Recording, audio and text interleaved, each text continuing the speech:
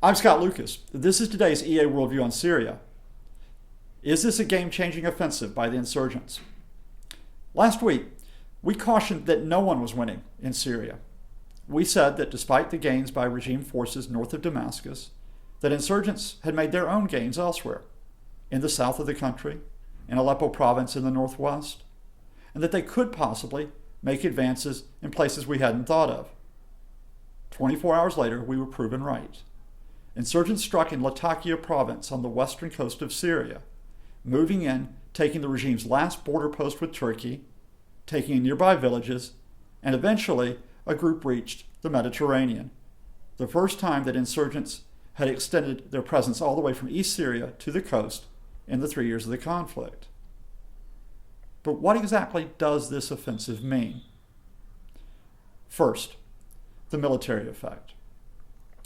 The regime has been holding out the idea that it is turning the conflict in its favor by cutting off supply routes to the insurgents. For example, in that offensive between Damascus and the Lebanese border, they are cutting off the insurgents' ability to supply from Lebanon to be able to get men and arms to keep their efforts going. The regime says that it is extending its control within cities and that it is also opening up its own supply lines to areas like Aleppo. Soon, the regime said, we will be in a position to take all of Aleppo, Syria's largest city, and the insurgents will be isolated, unable to sustain support from foreign backers. Well, the insurgent offensive has proven that wrong. Whether or not Turkey is behind this offensive, as the Syrian regime is saying with a hint of desperation this week, it is quite clear that the insurgents can move across the Turkish border. And if they can move across the Turkish border, and if they control all the posts on that frontier, then that means there is no way the regime can cut them off.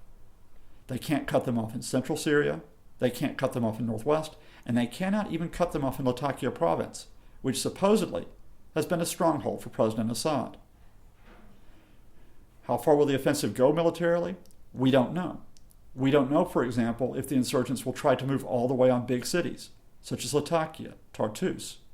But we do know that they're firing rockets in those areas. We do know that they're firing rockets, for example, on Kardahar, the ancestral home of President Assad. So even if the insurgents don't occupy territory, they are showing that they can exert power. And that means that the narrative that the regime is on the triumphant path to once and for all end the conflict has been proven wrong. Which leads me to the second effect, political.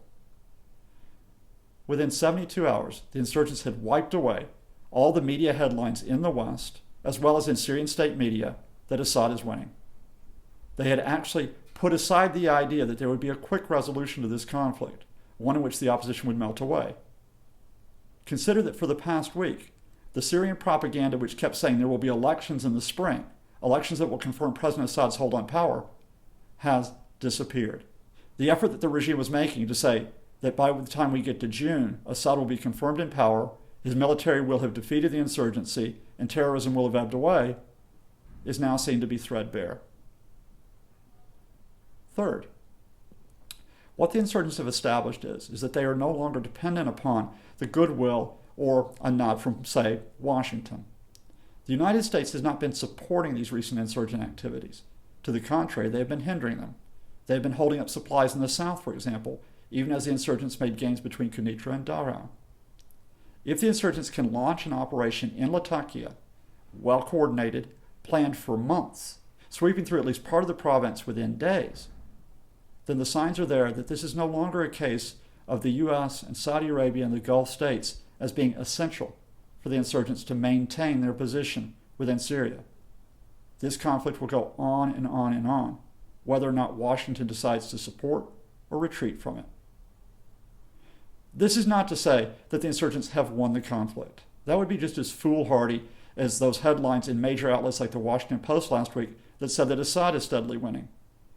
What it says is what we have maintained for months now, that this is going to be a grinding conflict in which there are competing offensives, that each side will take territory, but that in the long run, President Assad's claim to legitimacy and the claim to stability in Syria will erode, whether or not he actually has to leave office.